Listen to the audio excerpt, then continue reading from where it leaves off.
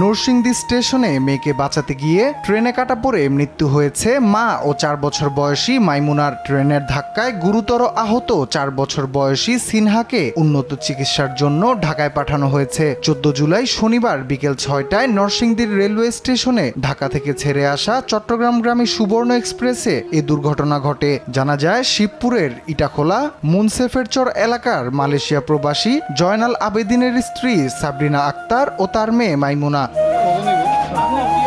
খবর পেয়ে নিহত স্বজনরা স্টেশনে ছুটে আসেন। ওই সময় স্বজনদের কান্নায় স্টেশন এলাকার পরিবেশ ভারী হয়ে ওঠে। দুর্ঘটনার সময় নিহত সাবিনার সঙ্গে থাকা তার ভাগ্নে তনিম জানায়, বিকেলে স্টেশনে ঘুরতে এসে এই ঘটনা ঘটে।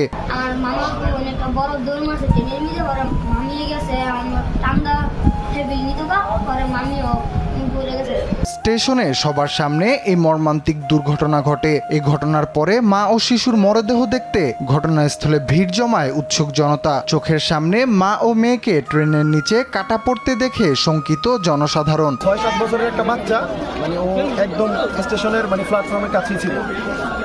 ট্রেনটা যখন আসছে ডাইরেক্ট ট্রেন ছিল, তো হর্নটা দেওয়ার সাথে সাথে বাচ্চাটা মনে করে ওর মারে খুঁজতেছিল আর কি। কিন্তু ও প্ল্যাটফর্মে এখানে না আসা ট্রেনটা সামনাসামনি একদম মুখোমুখি ট্রেনটা নিচে পড়ে গেছে। পড়ে যাওয়ার পরে ওর মা ওর উঠাইতে নিয়েছিল, ওর মার কোলে আবার ছিল আরো ছোট একটা বাচ্চা ওর মায়ের কোলে ছিল।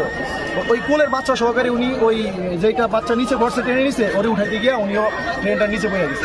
দেখলাম বাচ্চাটা উঠালো এবং বাচ্চার মা আর একটা বাচ্চা সহ ওই পাশে একটু দূরে দুজনের লাশ পড়ে আছে। স্বজনদের সঙ্গে কথা বলে মরদেহ তাদের কাছে হস্তান্তর করা হবে বলে জানিয়েছে রেলওয়ে পুলিশ। এই ঘটনায় অপমৃত্যু মামলা দায়ের করা হবে। ঢাকা থেকে ছেড়ে আসা সুবর্ণ এক্সপ্রেস চট্টগ্রামগামী সুবর্ণ এক্সপ্রেস ট্রেনে কাটাগড়িয়া এক মা এবং তার এক শিশু সন্তান মারা গেছে। একজন আহত আছে, হসপিটালে চিকিৎসাধীন আছে। আমাদের এটিএসআই সাহেব সেখানে আছেন, উনি বললেন যে সে এখনো জীবিত আছেন, তাকে টাকা চিকিৎসা করাতে হবে। আপনজনেরা হসপিটালে যাচ্ছে। এর আগে নরসিংদীর রায়পুরায় ট্রেনে কাটা পড়া 6 জনের মরদেহ উদ্ধার করে রেলওয়ে পুলিশ। এর মধ্যে 5 জনের পরিচয় এখনো উদ্ধার করতে পারেননি তারা। তাদের মরদেহের ছবি রেলওয়ে থানাগুলোতে পাঠানো হয়েছে।